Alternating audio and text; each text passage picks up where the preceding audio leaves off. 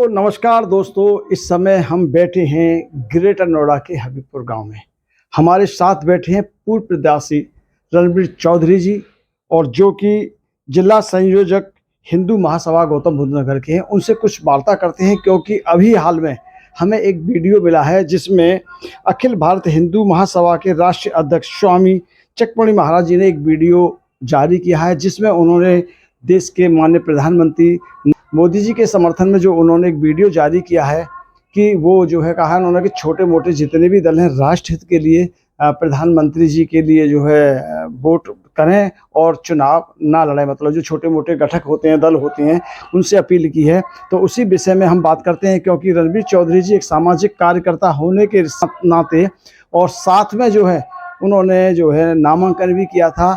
चौधरी साहब, आप पूर्व प्रत्याशी भी हैं। आपने काफ़ी समय से, आज जो से नहीं, लगभग पिछले 20-25 वर्षों से मैं भी देख रहा हूँ, समाज के अनेक कार्यक्रमों में बढ़ चढ़कर हिस्सा लेते हैं। स्वामी जी ने जो भी वीडियो वायरल किया है, उस विषय में आप क्या कहना चाहते हैं हमारे दर्शकों के लिए, देशवासियों के लिए बताइए। नमस्कार। सबसे पहले तो मेरा अभी सब देशवासियों को सबसे पहले तो मैं आपका फेस वार्ता का धन्यवाद करता हूँ। फिर उससे आगे मैं अपने बारे में बताता हूँ। मैं रणबीर चौधरी जी, हबीबपुर ग्रेटर नोएडा गौतम बुद्ध नगर से पूर्व प्रत्याशी अखिल भारत हिंदू महासभा से। जी, बात ये हुई है, बनारस से वाराणसी सीट से हमारे पीएम जी, माननीय नरेंद्र मोदी जी चुनाव लड़ रहे हैं। उसी के सामने हमारी पार्टी हिंदू महासभा ने हिमांगी सखी से को चुनाव लड़ाने के लिए मैदान में खड़ा किया था। लेकिन हमने हिंदुत्व को, सनातन धर्म को अपने अंतरात्मा को तरफ झांकते हुए देखा और समझा कि इतने बड़े, इतने माननीय हमारे नरेंद्र मोदी प्रधानमंत्री जी देश के हित में इतने काम किए हैं। जैसे ये समर्थन अपना प्रत्याशी वापस लिया है, तो इसके लिए मैं बहुत ही आभार व्यक्त करूंगा स्वामी चक्रपाणी महाराज का, और आगे के दिशा निर्देश के लिए हम पालन करेंगे। तो 370 उन्होंने हटाई। राम मंदिर का निर्माण बहुत जल्दी, बहुत शीघ्र निर्माण कराया। तो इन सब अच्छे कामों के लिए देखते हुए हमने निर्णय लिया था, हमारे पार्टी के राष्ट्रीय हिंदू महासभा के राष्ट्रीय अध्यक्ष माननीय चक्रपाणी महाराज जी ने तो ये निर्णय लिया।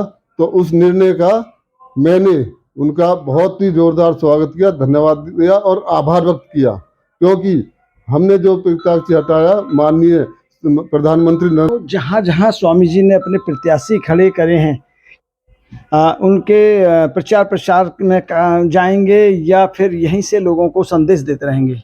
देखो, हमने जहाँ भी खड़े, हमने केरल में खड़े किए हैं, कर्नाटक में खड़े किए हैं, तमिलनाडु में खड़े किए हैं।